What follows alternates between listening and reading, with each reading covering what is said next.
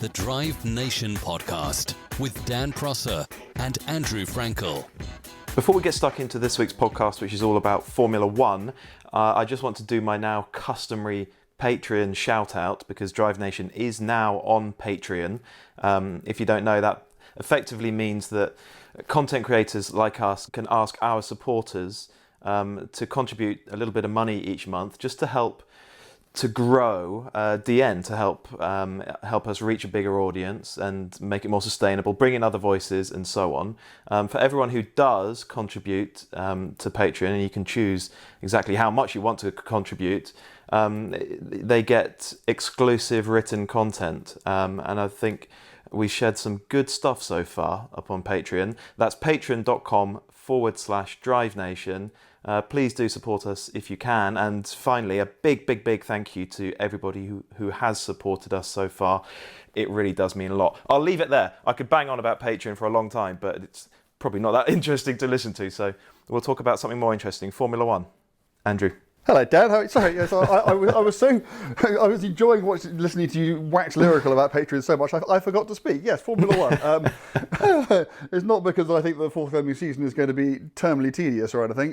But yes, no, we have a rather belated new season of Formula One coming up, starting this weekend in Austria. With a double header, the second one the following weekend being the Styrian GP. And presumably this is because no single country can host two Grand Prix in the same year. Not on the same. No, I think that's exactly right. It's a technicality, isn't it? Yeah, exactly. Which is why when it goes to Silverstone on the 2nd and 9th of August, the first one is the British Grand Prix, and the second one is the 70th anniversary Grand Prix, the 70th anniversary of Formula One, which did indeed kick off at Silverstone in 1950. They got lucky with that, didn't they? That coronavirus hit. That was fortuitous, actually. Yes.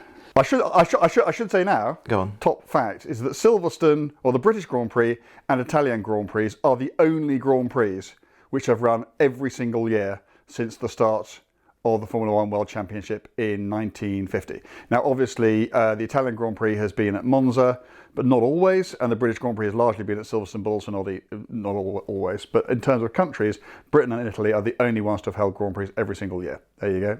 Top trivia over. Good knowledge. Good knowledge. Okay, so we have got the start of the severely delayed start of the 2020 season coming up this weekend.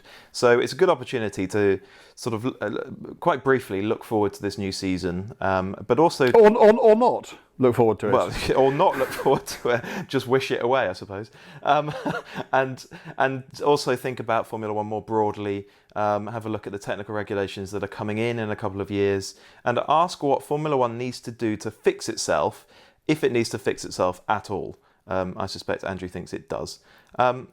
Okay, so it's 7 months, Andrew, since anybody has raced a Formula One car. Wow. We've had winter testing. Yeah. And a few of the teams have been out in the last couple of weeks, haven't they, in older cars, just to let the drivers knock off the rust. But nobody has raced an F1 car for 7 months, and I wonder when that was last the case. I mean, maybe several decades ago. Well, I don't know the answer to the question, but I mean, I don't imagine that there has been that layoff since before Formula One started. I mean, because you'd have to have a season that sort of ended in sort of August, September time, didn't start again till March, April. So maybe someone can tell us. I don't know. My strong suspicion is that there has never been a seven-month layoff. And it'll be interesting, won't it? Do you think that'll actually affect drivers, or do you think they'll just get in the car and they'll kind of go out in first practice and go, oh yeah, this is how you do it, and then it'll just be like they've never been away?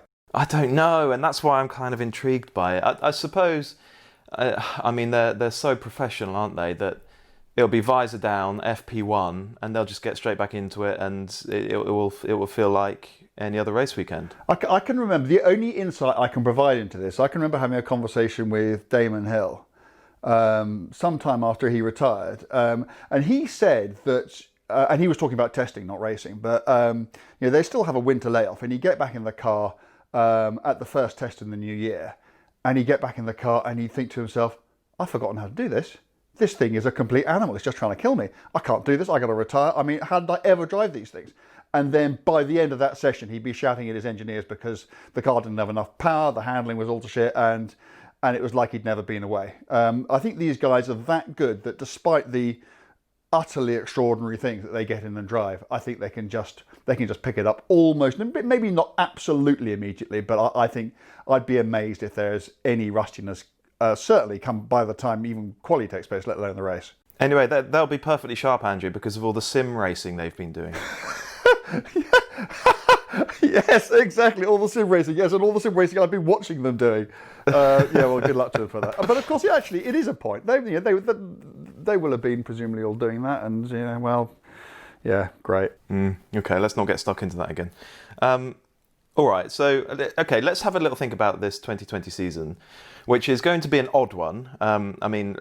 Many Grand Prix simply aren't happening at all. Yeah. Most obviously, no Monaco Grand Prix. Yeah. And plenty of others besides. There were moments when it looked like there might not be any British Grand Prix, and now we've got two, or at least we've got the British Grand Prix and the 70th anniversary Grand Prix at the same track the following weekend. But the amount of times, because I'm quite a lot older than you, the amount of times the British Grand Prix has been absolutely on the point of not happening, and then it happens. The thing is, as I said, it's never not happened, despite the fact that the BRDs here are always falling out with the F1 rights holders and this, that, and the other, and yet somehow it always happens. It happens, and actually, it's happening twice this year. So that's going to be a great one for the trivia fans in years to come, isn't it? Yeah, indeed. So this new season that we have, we've got 8 Grand Prix confirmed so far. And apparently they're actually aiming for 15 or 18 races something like that, in all. Yeah. So it's going to be a very busy latter half of the year, isn't it, for the Formula One teams? And if they manage to pull off 18 races, well, that'll just feel like a full season of F1 racing, won't it? But there's an interesting point. The season gets underway with 2 back-to-back Grand Prix at the Red Bull Ring.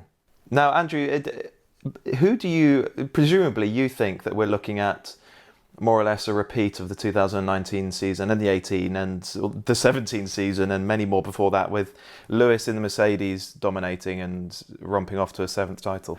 Okay, so the question you have to ask yourself is, why isn't that going to happen? What has happened? Lewis is a year older, and he's not a youngster anymore, but he's always been one of the fittest guys out there. So I just don't, and also the cars aren't as physically taxing to drive now as they once were. So I don't believe that's going to be a factor. So what's changed? He is the best driver. The cars are going to be extremely similar. Because the regs have been tied down for so long. So is someone really going to have, found something amazing? Lewis will also have for this year, I believe, that crazy steering system, the in-out push-me-pull-you steering column, which alters the toe of the front wheel. That's banned for next year, but I think he can use it this year. That's right, yeah. Okay, I'm not saying, because Formula One does have a strange way of, and thank goodness for that, throwing the odd curved ball at you, but all I'm saying now is I can't see a reason why Lewis won't be champion again and won't do it reasonably easily. Maybe Ferrari, particularly with Leclerc now fully bedded into the team, will give him more of a run for his money. I don't believe that Bottas is going to be any threat to Lewis at all. Maybe the Red Bull is gonna come good with Max, but I don't see it. I think we're going to have. Hopefully we'll have some really, really interesting races.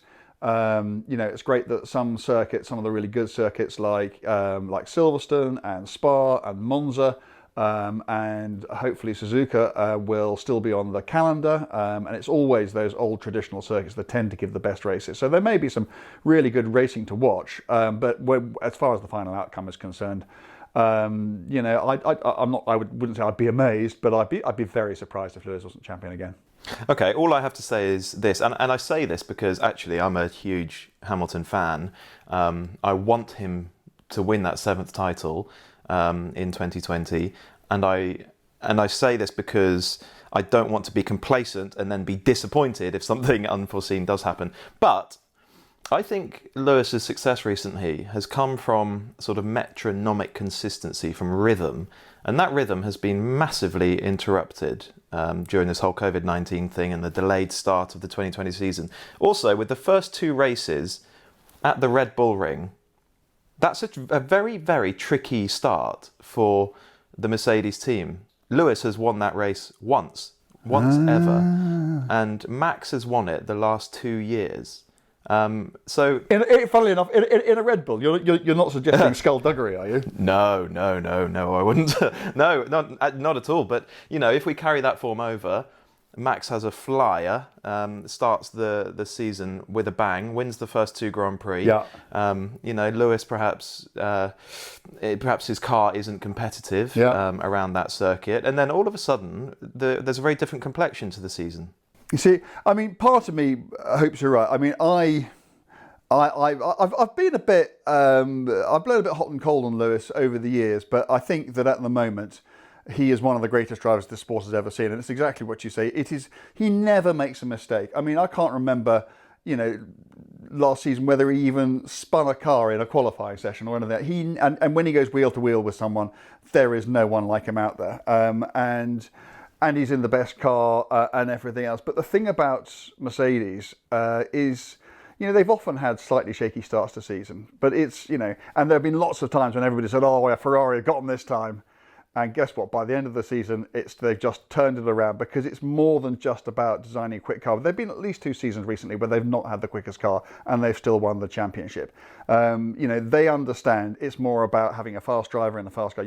They understand the concept of team better than anybody, and that's why you may well find that Red Bull on home territory do very well, but even in a curtailed season, both in terms of number of races and the period of time over which it elapses, which obviously gives less time for the car to develop, I still think that by the end of it, I can't see sufficient reason to think that a Mercedes with Lewis driving it isn't going to be on the top step again. Yeah, and the other thing as well is that the Mercedes team, operationally, it's been pretty flawless, and the same has not been true, certainly, of Ferrari. No. Which has actually perhaps been the difference between them. Okay, well, on the subject of Ferrari, before we move on from the 2020 season, let's just have a quick think about Seb Vettel, because he's on his way out from Ferrari. Yeah. He's going to be pretty keen, isn't he, to demonstrate that he hasn't lost it, that he's still worthy of a top ride? Yeah, no, absolutely he is. But but what we have, and I speak as a Vettel fan. I have been. I mean, I know that his conduct hasn't been great at times, but I think I think he's a bloke whose heart's in the right place, who lets himself down every so often. But I think fundamentally he's one of the good guys. But what we do know is that when it starts to matter to him, when it gets important, he feels pressure, and when he feels pressure, he makes mistakes. So he has to have a more grown-up approach to the season, and Leclerc, who is absolutely the heir apparent, he's not going to be going, after you, Seb, because there's always 2021 for me. He is going to be up and at him from the get-go, because he won't be thinking... Well, it's his team now, isn't it? And he won't be thinking of Seb, he'll be thinking about Lewis. Absolutely, Vettel wants to leave the sport with his somewhat tarnished reputation boosted and in a better place than it is now. But it's a risk, and it wouldn't be a risk for every driver, but for him, who does feel the pressure and does make mistakes when he feels the pressure, he's got to get the balance right. Yeah, okay. There's a lot to look forward to. Well, at least I hope there is. I mean, me too. It might well turn out to be more of the same, but I'm just glad that we've got Formula One racing back. It's been a long layoff. Okay, well, one of the frustrations of this whole COVID-19 situation from a Formula One point of view is that the new set of regulations, they've been delayed. They were going to come in at the start of the 2021 season. Now they're not coming in until 22, which is a real pity, because it just means we've got more of the same this year, and then more of the same next season as well. Well, except if I can just say that in 21 we do have the budget cap. That does come in for 21. Yeah, then. So I believe. Someone will now tell me that I'm wrong, but I believe the budget cap comes in 21. And it's only the technical regulations that have been held until 22. So there is. So that's interesting, isn't it? But then again, you have the budget cap for 2021, that means if it starts on Jan 1, I don't know when it actually starts, by that stage, the development of the 2021 cars has already been done before the caps come in. So I don't think you'll start seeing the effect of the budget cap really until 22. Okay, so it's the same thing really, isn't it? Well, I mean, to an extent. I don't know if there's a good time to talk about the budget cap, but the budget cap at the moment it's going to be $145 million per team. That's what you can spend. And if you think that the top teams are spending anything up to $400 million at the moment, certainly Mercedes is spending probably more than that. Ferrari, not a lot less than that, and Red Bull, not a lot less than that. That sounds like a massive difference. However, there are exclusions. So the money doesn't include what you pay your top drivers. It doesn't include your marketing budget. It doesn't include the salaries of your top 3 executives, and it only does include stuff done to make the car go faster. Okay, so there is a whole world of interpretation out there, and clever ways and creative accounting, all sorts of things that people will be able to do, teams will be able to do to shuffle money from one pot to another to make it look like they have kept within the rules. And the one thing that we know people in Formula One are better at than anything else in the world is getting around the rules. Bending those rules. Yeah, so I mean, call me a cynic, but I think they will. All the teams, particularly the top teams, will be employing people specifically at the moment for no purpose other than find ways of not breaking these rules, but getting around them. And so let's see just how effective it really is. Interesting, yeah. So maybe Toto Wolff takes a £30 million pay rise and just happens to buy, for his own purpose, a full-scale wind tunnel or something. I mean, you can see there's going to be so much fun in games. There's going to be so much fun. I mean, the law of unintended consequences is going to kick in Formula One, like I suspect, like we've never seen it before. Yeah, those forensic accountants are going to have to be on it as well. But also the Formula One journalistic corps, they're going to have to really do some digging and try and keep on top of all this. Yeah, they are. They are. Interesting. Yeah, so I think this budget cap is a very good move because, well, we've seen it for the last few seasons of Formula One racing. There are currently only 3 teams that are rich enough to win races. That's the reality, isn't it? The reality is that for 7 years, over 7 years now, the first race of 2013 was the last time anything other than a Mercedes, a Red Bull or Ferrari won a race. And you, of course, will be able to tell me who it was and what he was in. It was... I don't know. Kimi Räikkönen in a Renault masquerading as a Lotus. There you go. I was going to say that, but I thought it sounded wrong. That was totally unfair of me. But I mean, 7 years. 7 years. I mean, that's a career. Yeah? Easily, for most people, for a lot of people, that's a career in Formula One. Gone. And if you weren't in one of those 3 teams, if they didn't crash or fall off or win anything, normally expectations is that the best you can expect for us to come 7th. And that's your career. And that to me is fundamentally what is wrong with Formula One. Is the gap between the biggest and the smallest is wider than it's ever been. And you can see it on the way the cars perform, and you can see it in the number of cars on the track. Yeah, and the idea of this budget cap is to try and level that playing field, and so that if you're an Aston Martin taking over the racing point, or if you're a Williams or a Haas, you have a much better chance of competing with a Mercedes or a Ferrari or a Red Bull, and it's very clever actually to exclude certain things from that budget cap, marketing budget and so on, driver salaries, because it does mean that if you are a Mercedes and you want to leverage your F1 racing, you can spend as much as you like marketing it. But if you're a Williams or a Haas and you exist actually just to go racing, all your money can be spent on racing, and you're spending, in theory, as much as the top teams are.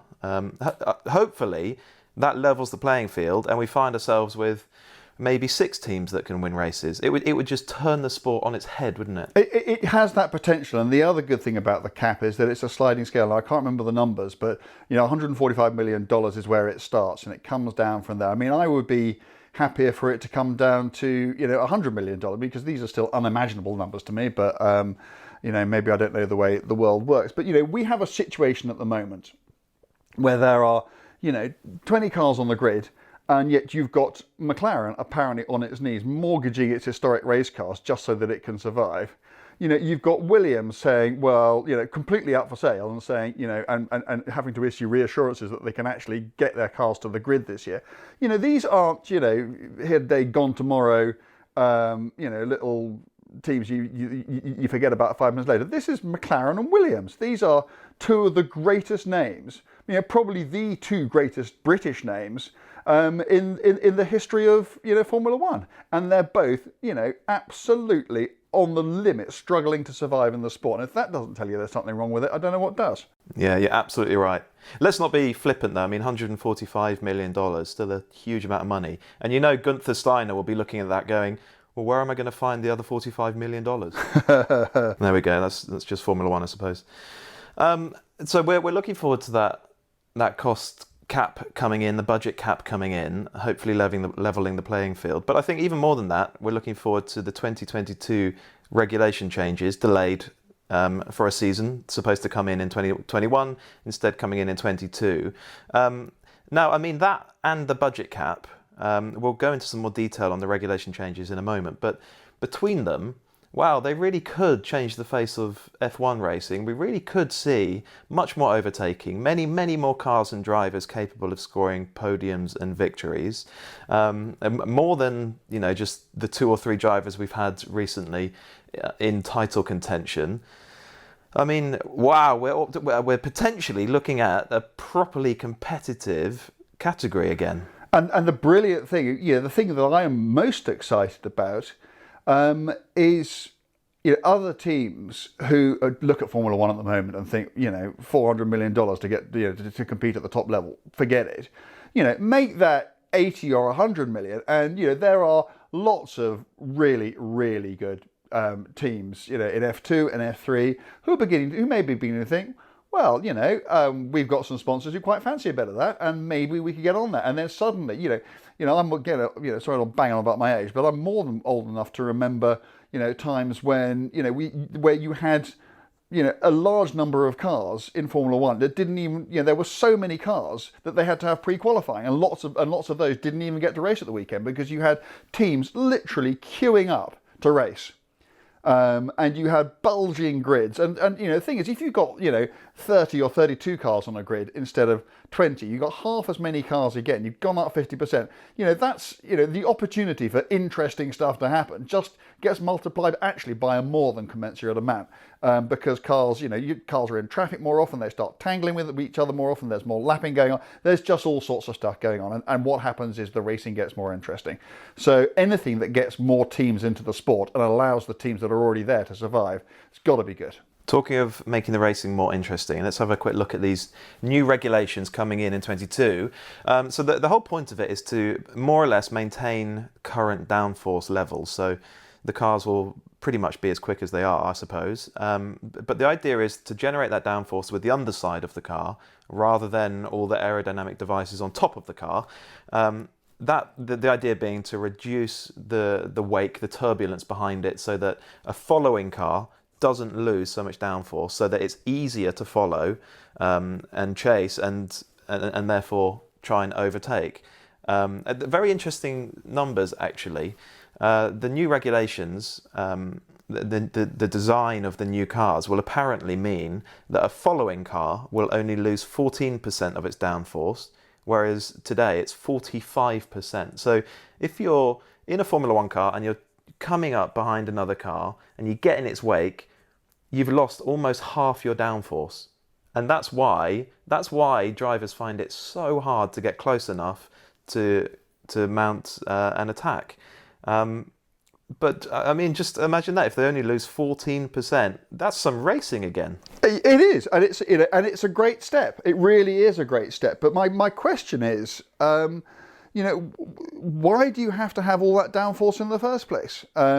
If you wanted to have really great racing, what you do is you just restrict downforce full stop. You wouldn't say, well, we'll just change it from on top of the car to underneath the car. You'd stop it altogether, because what you would then do, let's say you doubled braking distances from high speed. Yes, yeah? true. How much overtaking are you going to get there? I'm not sure I don't understand the great God downforce. I don't understand why people, the organisers and the teams, I suppose it's because where the big teams feel that they can most easily extract a competitive advantage by being very clever. And the other thing is that, we know that what happens, or what has happened in the past when you've had, effectively cars are going to go back to ground effect, which lots of people listening to this will remember from the late 1970s and the 1980s until it got banned. And it got banned for a very good reason, because the cars were becoming undrivable.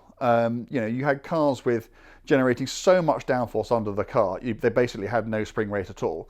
The drivers all hated them, and I think everybody breathed a massive sigh of relief when it all got banned. So, I'm not saying that they can't be better at it now, that it won't be more sophisticated, but I completely get the overtaking thing with the turbulence behind the car, but in terms of moving the downforce from above it to below it, there is some sense to me, as someone who is not, technically qualified or an engineer in any sense, of nevertheless of robbing Peter to pay Paul a bit. I hope I'm wrong. Yeah, perhaps you're right. And I think it's Tiff Needell who makes a very interesting point about motorsport, and he says, if just one car going through a corner is entertaining to watch, you've got a good discipline, you've got a good category there. Because if you have many cars going through that same corner, racing wheel to wheel, well, it'll just be spectacular. If one car going through a corner on its own just looks locked down and totally pinned to the track, it's perhaps not such a spectacle.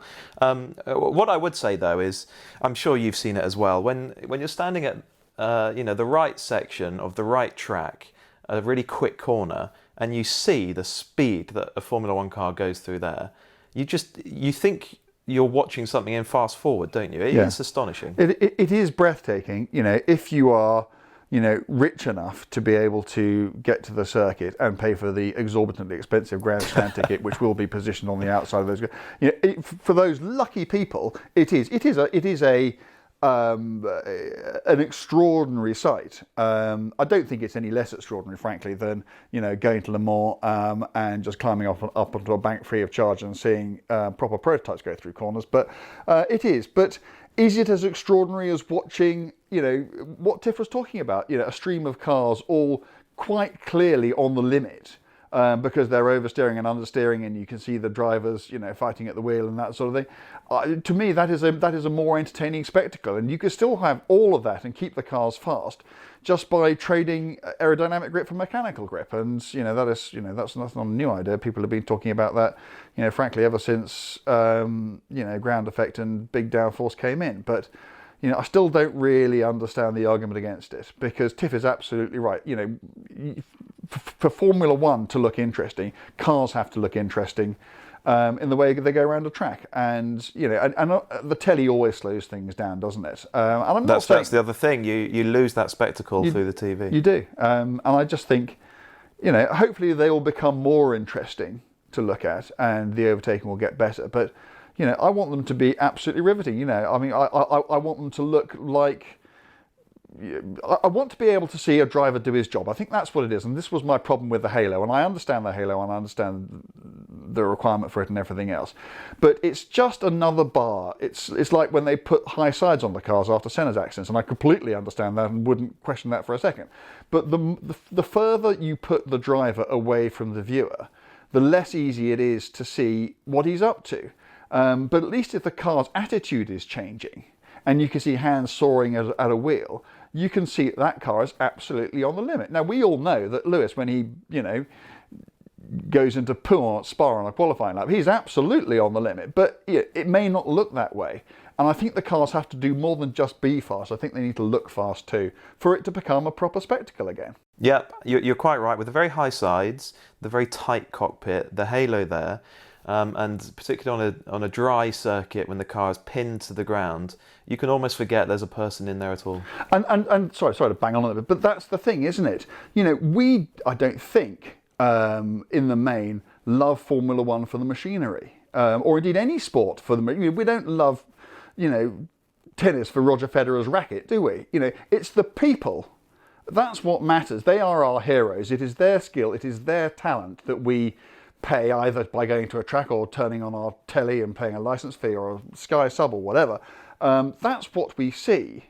And the more barriers you put between us and what we love, which is watching, extraordinary, exceptionally gifted human beings do stuff we can barely imagine, the less of a spectacle you're going to have. And I think at the moment, everybody's thinking about the machinery and speed and that sort of thing, and missing the fundamental point, which is what I said earlier about, the cars have to do more than be fast. They have to look fast too, because that's the way we see our heroes doing their stuff. Yeah, as we alluded to earlier, on the 9th of August at Silverstone, there will be the 70th anniversary Grand Prix, because this being 2020, it's the 70th year of Formula One, first year in 1950.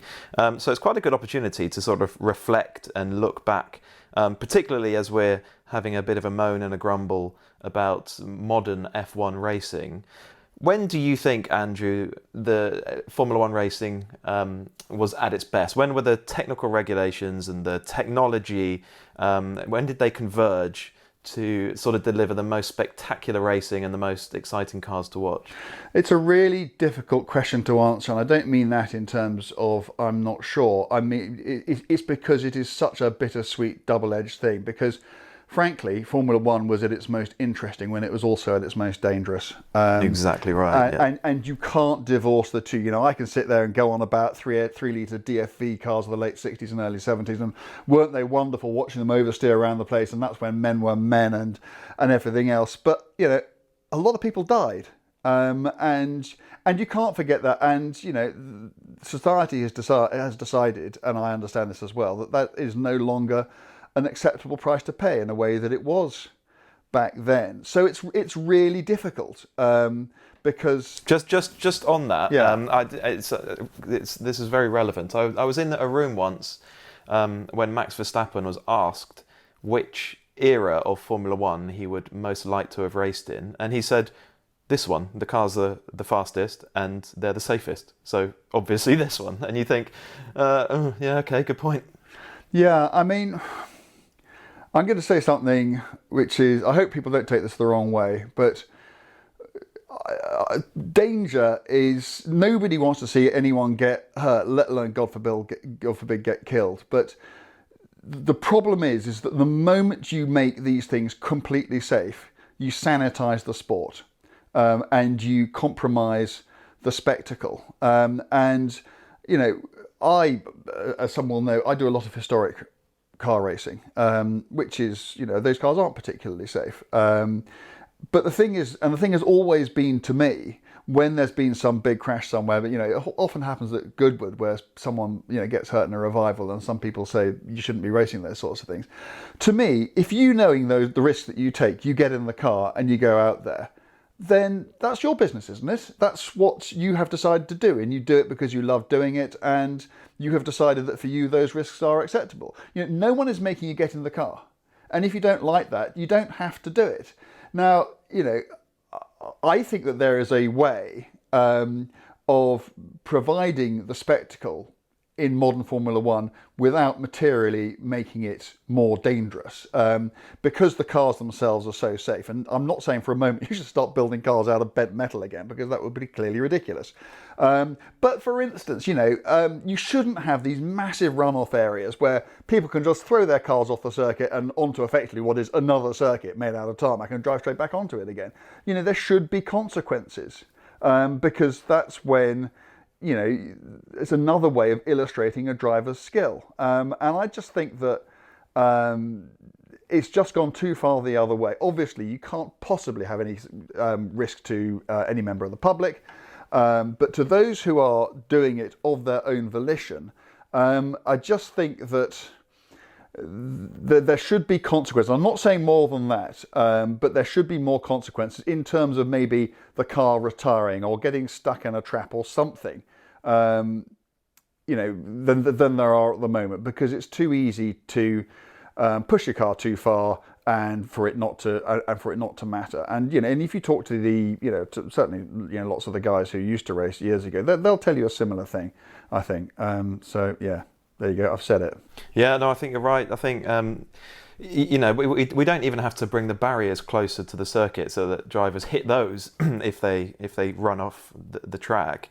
I think gravel traps, they've all been torn out and tarmac poured in, but gravel traps are perhaps the solution. If you run wide, you drop a wheel into one, you might spin off, you might get beached, you might do some damage to your car, and that's the end of your race. But what we see at the moment is these huge car park-like areas, and drivers can, really attack a corner, knowing that if they overcooked it a little bit, there are no consequences. Exactly.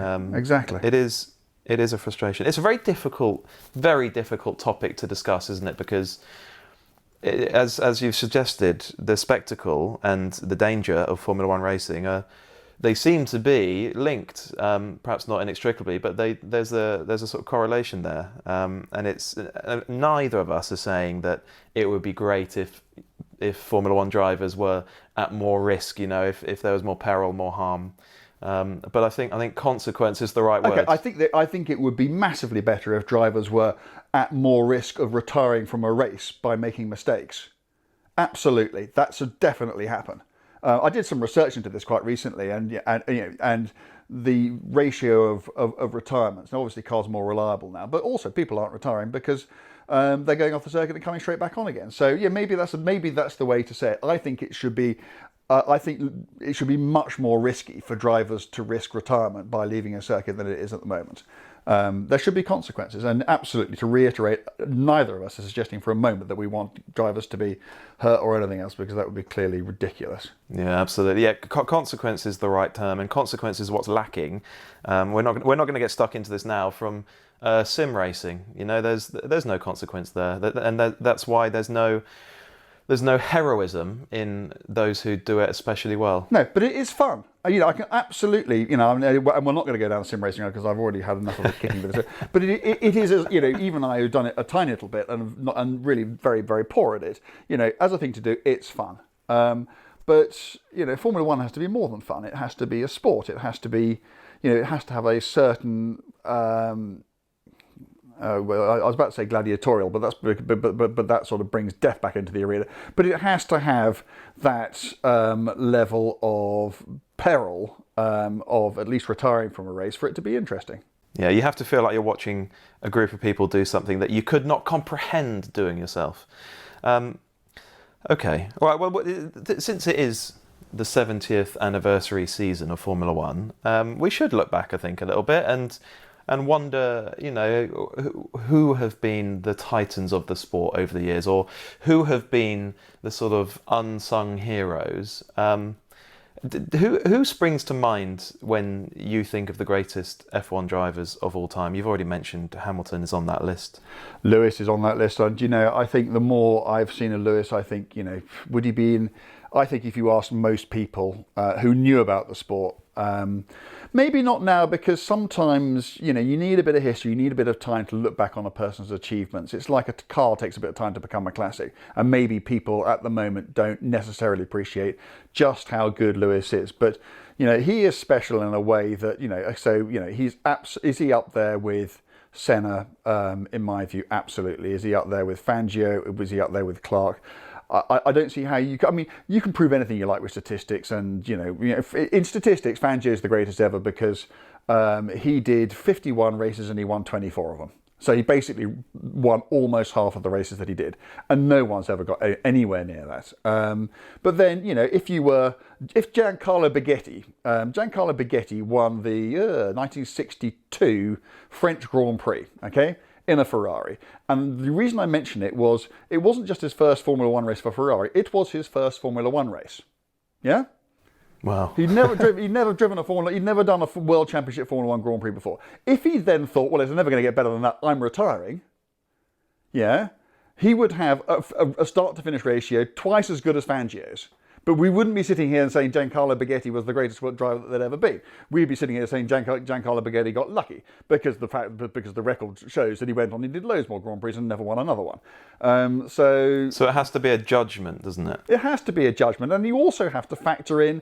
Look at Sterling. Sterling was his own worst enemy in many ways because the reason he didn't win multiple world championships is because he drove the cars he wanted to drive, which weren't necessarily the cars that were best placed to win world titles. He was very keen on driving British cars, and he was very loyal to teams that couldn't provide him with the machinery that he needed. Okay. To me, Sterling, and I know he was a friend of mine, so it's difficult for me to be objective about it. And I know I talked about this in the podcast about Sterling, but the fact that in 1958 he spoke up at the appeal of Mike Hawthorn for being chucked out of the Portuguese Grand Prix and got him reinstated, and that's why he lost the world championship. That to me is. Or Peter Collins, gave his Ferrari to Fangio so that Ferrari could win his 4th championship, thinking to himself, well, I'm a young lad, he was in his mid-20s, I've got years and years and years to win my championship, whereas Fangio's a bit of an old boy, so we'll let him have his moment in the sun. To me, it's guys like that who don't win world championships, but behave in a way which to me is the behaviour of a true champion, who we should be thinking of on these lists as much as anybody with multiple world championships who, clearly, nobody who ever won a world championship wasn't a good driver. But, someone like, I would say Hawthorn, for instance, he won 1 race in 1958, Sterling won 4. And Hawthorn was the world champion. So, is he a worthy world champion? Well, maybe. Was Sterling a worthier one? In my view, undoubtedly. It's a very good point that you make, because taking that very one-dimensional statistical view of it means that actually, in many cases, we are rewarding quite sort of reprehensible behaviour. I think Michael Schumacher, for instance, Adelaide 94, wasn't it? Running Damon Hill off the road. That is not the behaviour of a true champion, somebody that we should all idolise. And yet that contributed to his career statistics, and so there is something in that. We actually don't. Senna running Prost off the road at Suzuka. Senna was of people who raced when I was a grown up. Senna was in terms of I massively admire Lewis, but I wouldn't call him a hero of mine. Senna was a hero of mine. But even I'm not blind to the fact that, he behaved appallingly at times. And yes, absolutely, that championship in particular, like Michael's was in 94, was tainted. No question about it at all. Yeah, absolutely. And, and then you sort of have to continue on this thread, and you think, well, okay, who has contributed, even more to Formula One, and who's sort of spoken of issues much bigger than Formula One as well. I think we're seeing Lewis do that at the moment. Absolutely. He's making waves in an incredible way with everything he's saying about the Black Lives Matter movement, and slightly more closely related to Formula One. So Jackie Stewart, a real champion of improving safety in this sport, even at a time when it wasn't a very fashionable attitude to have. Yeah, but even Jackie, and I know this, sorry to butt in, even Jackie thinks it's gone too far. Oh. Okay? And I know this because a few years ago I interviewed him for actually something which, 8 years late, it's going to come out this year when I'll bang on about it at another time.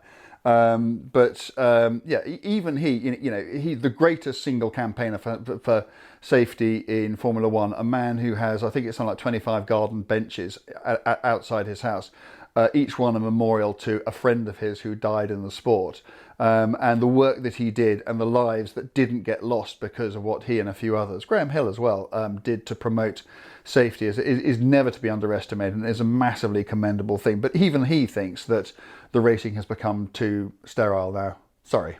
No, that's very interesting to hear. Okay, well, I think we can begin to wind this one down now. But I want to hear whose do you think was the greatest single drive in Formula One of all time. I think I'm going to go with the one that springs to mind right now is Lewis 2008 Silverstone in his second year in Formula One, and it was a torrentially wet race. And he was the only one who managed to keep any heat in his tyres, in his brakes, and he just romped off and he won the thing by a huge margin while his title rival, Felipe Massa, had 5 spins. And I just remember watching that race live and going, oh my God, we've got someone here. Yeah. I've always struggled with this because it's so difficult to do across the eras. I can offer a few though. I think the one that most people, certainly who sort of been at it for a bit, would say is Fangio at the Nürburgring in '57, where after a pit stop he was just like ridiculously miles behind the 2 Ferraris of Hawthorne and Collins, and he just drove like a man possessed, broke the lap record every single lap. And overhauled them, and it was his last ever Grand Prix win, and it was the last ever Grand Prix win by a Maserati, although nobody actually knew that at the time. One of the ones that just in terms of a stat, or just in terms of a fact to get your head around, Germany 1968 at the Nürburgring, Jackie won it, okay, in a Matra, by such a margin, but by the time the bloke who came second came over the line, Jackie was in the grandstands watching the race. He won by 4 minutes. Okay. Wow. So he got around that place. And around that place. So I mean, that, in terms of just utter dominance, that was incredible. Obviously, there was Senna at Donington in 1993 in the European Grand Prix. Although Rubens Barrichello in the same race, and nobody really thinks about this, actually overtook more cars. What else have we got? Italy 71. 6 cars passed the finishing line, all within 0.6 of a second of each other.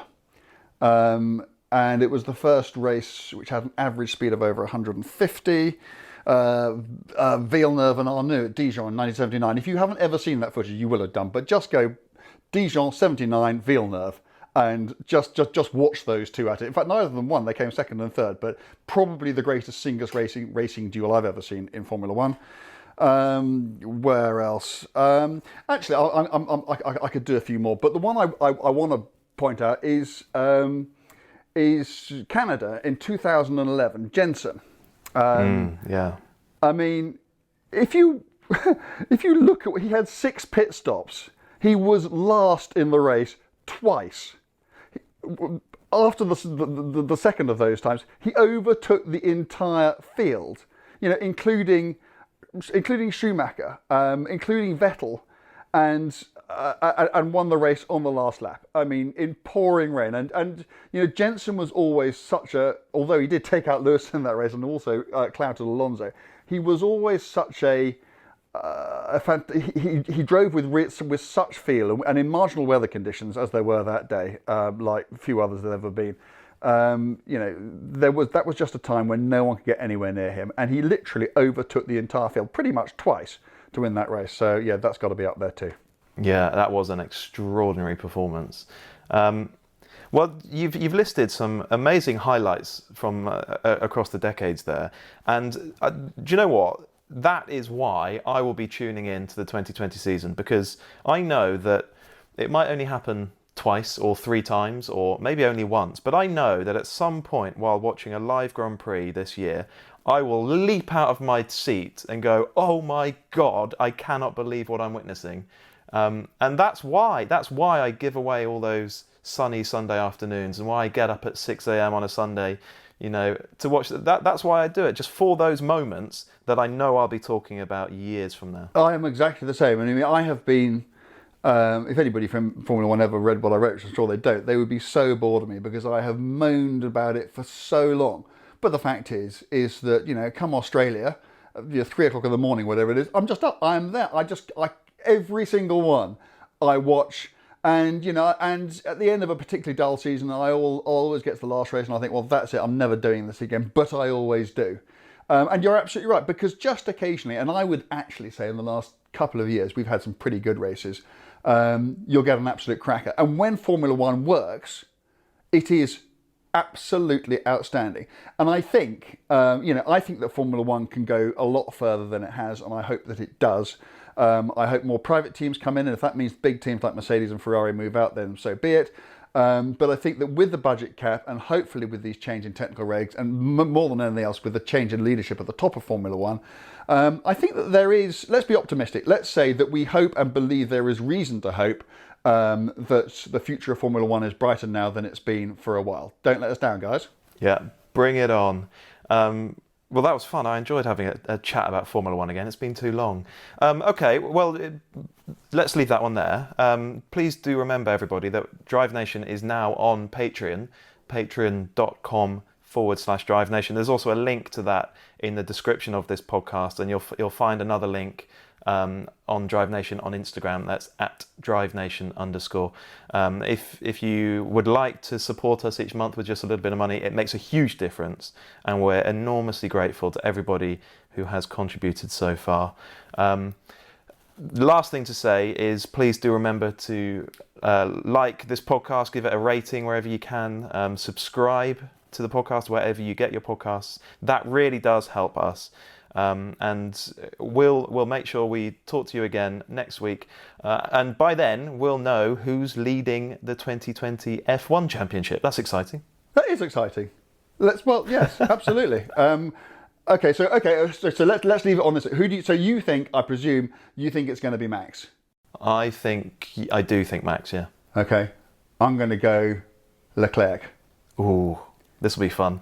It'll be Lewis, won't it? All right. Okay. Thank you very much, everybody. We look forward very much to catching up with you again this time next week. The Drive Nation podcast with Dan Prosser and Andrew Frankel.